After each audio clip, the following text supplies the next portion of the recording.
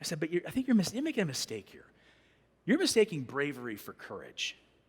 You see, bravery, the absence of fear, right? No, that's not what courage is. Courage is not the absence of fear. Courage is the refusal to be mastered by your fear. See, it's all about perspective. I said, Rob, you thought your wife was in danger. You ran out of the shower, didn't even grab a towel, which would have been helpful. But you went running to save her. It was your first instinct. See, when we lose our perspective, when we forget what our goal is, when we forget what the purpose is, we lose our perspective, we lose everything. And during COVID, it was really difficult to maintain perspective. There's long days in ministry, you got to maintain perspective. It's a fascinating word. Like decal, I'm a huge fan of etymology.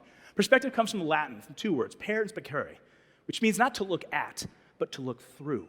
That's why we as Catholics can celebrate Good Friday. We call it Good Friday. Why? Because we're looking through Good Friday to what? To Easter Sunday. That's why those of us who survive in ministry, even with cut budgets, even with cut staffs, even with challenging parish staff members and confirmation parents and all those things that come with it. Those of us who remain, who have that resolve and who keep plotting and working and going through, it's because we can look through it.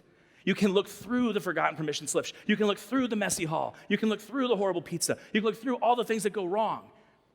Because when you know that moment, when you see it in the kid's eyes and they get it for the first time, it's worth everything. When you see that teenager for the first time fall on their knees, extend a hand, you watch them lock eyes with Christ in the Eucharist, it's worth everything. But you cannot afford to lose your perspective. Because for whatever reason, in God's grand plan, he chose you at this moment in salvation history to lead these young souls. First to go get them back, and then to keep them back. And that's going to take a lot of work. And that's going to take a lot of courage. The word courage, another interesting word. Cor, like corazon, your heart, and agere, to act. So to have courage is not the absence of fear. To have courage is the willingness to act from your heart.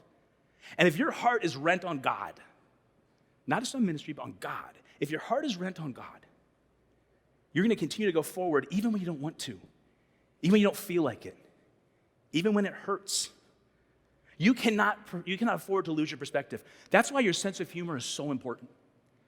Because humor looks at things from God's perspective. You see through the problem, and you look at things from a divine perspective. You know, it says in Psalms 2, the one enthroned in heaven sits and laughs.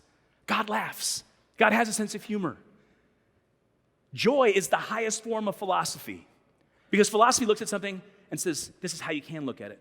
Humor, joy, you look at it and you say, I'm going to look at it just a little bit differently. It's a commentary on the commentary. And if you can maintain your perspective, if you can look through the hardships, look through the COVID, look through everything you've had to endure, and look through it and remember the goal, to remember the goal, you're gonna live out those words from Nehemiah. The joy of the Lord is my strength. When Nehemiah said those words, it was a dark time in Israel's history. They had been enslaved. They had been taken off to a foreign land. Their families had been destroyed, separated. They'd been decimated. Their temple destroyed. Their homes destroyed. And when they finally come back, the remnant comes back. There's nothing. They've been in isolation. They've been living separated. And they finally come back.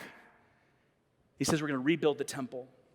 We're going to reinstitute the law. We're going to bring back the word. We're going to rebuild. We're going to build a wall. And when Nehemiah says these words, the joy of the Lord will be your strength, he's saying this to people who have no homes, no economy, no government, no military, little leadership, and very little hope. He says, this is what's going to get us through.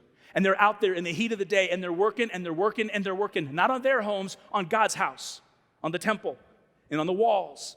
And he says, the joy of the Lord will be your strength. What's going to keep you going? It's better be the joy of the Lord. How does the Lord keep us going? How do we have that? It's prayer. Because when we stop praying, we will lose perspective. We will lose all divine perspective. When we stop praying, that is your only chance, your only lifeblood. Prayer is where the cross changes shoulders. If you feel like you've been carrying that heavy cross all year this year, and I know you have, that when you go to him daily, that's where the cross changes shoulders. That's the only way you're going to be able to bear it. The only way you're going to survive in any ministry, especially youth ministry, COVID or not, is if you've leaned into prayer, if you've leaned into the Lord, and if you maintain your perspective.